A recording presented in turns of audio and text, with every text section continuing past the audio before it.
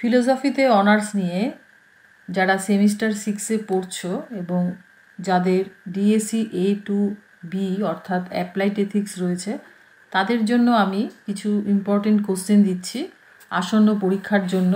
15 মার্কসের কোশ্চেনগুলির মধ্যে দেখো, নাম্বার 1-এ রয়েছে বাস্তুতন্ত্র কাকে বলে, গভীর ও অগভীর বাস্তু সংস্থানের মধ্যে পার্থক্য কী। 2, ব্যবহারিক নীতিবিদ্যার আলোচ্য বিষয় কী, তোমার উত্তরের সপক্ষে যুক্তি দাও। এ প্রসঙ্গে নৃকেন্দ্রিক ও অনৃকেন্দ্রিক নৈতিকতার মধ্যে পার্থক্য কী।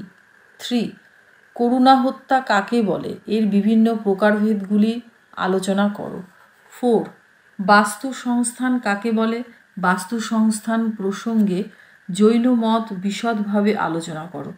5, বাস্তু সংস্থান প্রসঙ্গে উপনিষদীয় অভিমত আলোচনা করো। 6, অমানুষ প্রাণীকে ব্যক্তিরূপে গণ্য করা যায় কি না যুক্তিসহ লেখো।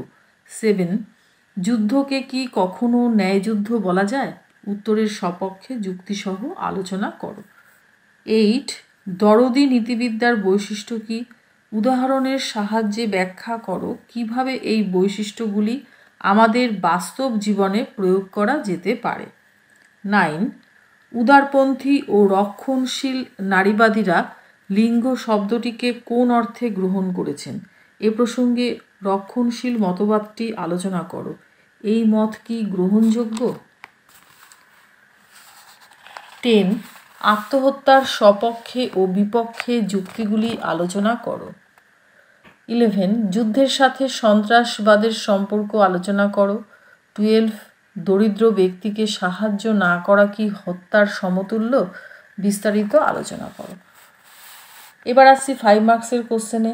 নাম্বার 1, মানবাধিকারের বৈশিষ্ট্যগুলি সংক্ষেপে উল্লেখ করো। 2, যুদ্ধ প্রসঙ্গে পার্শ্বফল সূত্রটি ব্যাখ্যা করো। 3, আত্মহত্যার বিপক্ষে যে কোনো দুটি যুক্তি দাও। 4, আত্মহত্যার সপক্ষে হিউম প্রদত্ত যুক্তিটি কী। 5, বাস্তু সংস্থান প্রসঙ্গে বৌদ্ধ মতটি আলোচনা করো। 6, প্রাণের প্রতি সৌজন্য বোধের ধারণাটি কী। 7, লিঙ্গ বৈষম্য বলতে কী বোঝো। 8, প্রাচীন ভারতের বর্ণভেদ ব্যবস্থা কি মানুষকে তার অধিকার থেকে বঞ্চিত করেছিল, সংক্ষেপে আলোচনা করো। 9, আত্মহত্যার সংজ্ঞা দাও। 10, চরম দারিদ্র্য ও প্রাচুর্যের দুটি বিপরীত চিত্র সংক্ষেপে আলোচনা করো। 11, যুদ্ধ প্রসঙ্গে যুদ্ধের লক্ষ্য ও উপায় কাকে বলে আলোচনা করো।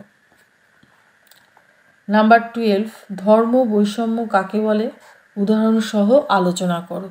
13, জ্ঞাতিবন্ধন সংক্রান্ত নৈতিক মতবাদ কাকে বলে। তো এই কটা কোশ্চেন তোমাদের দিলাম, কারণ সিলেবাস ভীষণভাবে লেন্দি, তাই একটু কোশ্চেন হয়তো বেশি হয়ে যেতে পারে। তো তোমরা এগুলি ভালো করে এখন থেকে পড়তে থাকো এবং পরীক্ষার আগ দিয়ে আমি তোমাদের বিশেষভাবে ইম্পর্টেন্ট কয়েকটা কোশ্চেন বলে দেব। তো এই যে সাজেশন যদি তোমাদের ভালো লাগে তাহলে অন্ততপক্ষে একটা লাইক করো এবং বন্ধুদের মধ্যে শেয়ার করো। আর যারা নতুন স্টুডেন্ট হয়তো নতুনভাবে দেখছো চ্যানেলটিকে, তারা অবশ্যই সাবস্ক্রাইব করো।